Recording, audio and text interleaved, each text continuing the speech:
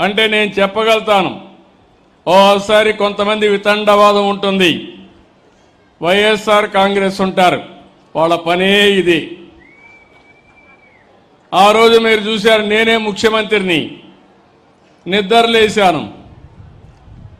వివేకానంద రెడ్డి గుండెపోటుతో చనిపోయాడు. రిపోర్ట్ ఏది? సాక్షి టీవీ. పాపం నేను కూడా మోసపోయాను. నేను చాలా జాగ్రత్తగా ఉంటాను, పక్కన ఎవరు కూర్చుంటారో కూడా చూస్తూ ఉంటాను. అలాంటి నన్నే మోసం చేయగలిగాడంటే ఎంత గరానా మోసగాడో మీరు ఒక్కసారి గుర్తుపెట్టుకోవాలి. మధ్యాహ్నాలు ఒక మాట మార్చారు, తెల్లవారే కొందికి పేపర్లో నారాసుర రక్త చరిత్ర, నా చేతిలో కత్తి.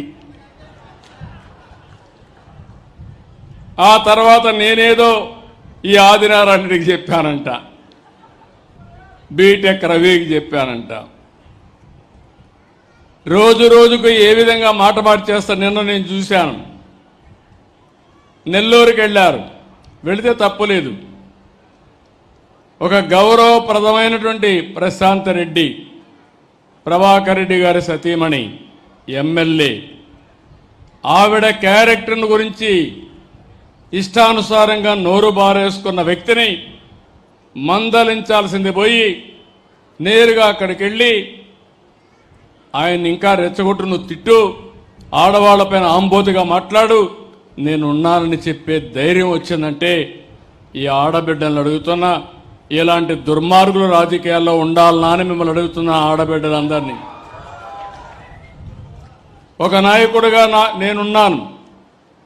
మా పార్టీలో ఎవరైనా తప్పు చేస్తే ఖండించాలి, కట్టడి చేయాలి, అవసరమైతే వాళ్ళ మీద కఠిన చర్య తీసుకోవాలి. అప్పుడే అందరూ భయపడతారు. నేను కూడా ప్రోత్సహిస్తే ఇంకా వాళ్ళకు అడ్డు ఆపు ఉండదు, ఇష్టానుసారం చేస్తారు. ఎలాంటి వ్యక్తులంటే నిన్న నెల్లూరు పోయాడు. నెల్లూరులో బంగారుపాలెం పుట్టింది, చిత్తూరు జిల్లాలో బంగారుపాలెం ఉంటుంది.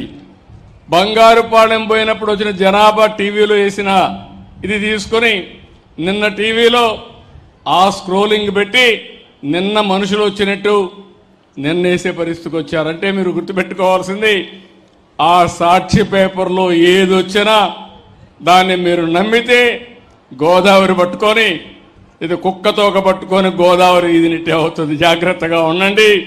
మభ్య పెడతారు, మోసం చేస్తారు, మిమ్మల్ని ముంచేసే పరిస్థితికి వస్తారు. నేను అందుకనే ఇప్పుడు చెప్తున్నా, ఏమీ బాధ లేదు. తోక తిప్పితే తోక కట్ చేస్తా, మంచిగా తిరిగితే నాకేం బాధ లేదు.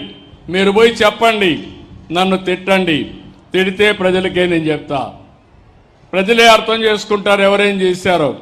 అట్లా కాకుండా మభ్యపెట్టి మోసం చేసి ప్రజలకు అసౌకర్యం కలిగించాలంటే సాక్ష్యాధారాలతో పెట్టుకుని, ఇప్పుడు అంతా టీవీలు వచ్చేసాయి, సీసీటీవీ కెమెరాలు పెట్టేసా, ఎవడైనా ఎక్కడైనా తోక తిప్పితే డ్రోన్ కూడా పైన తిరుగుతూ ఉంటుంది.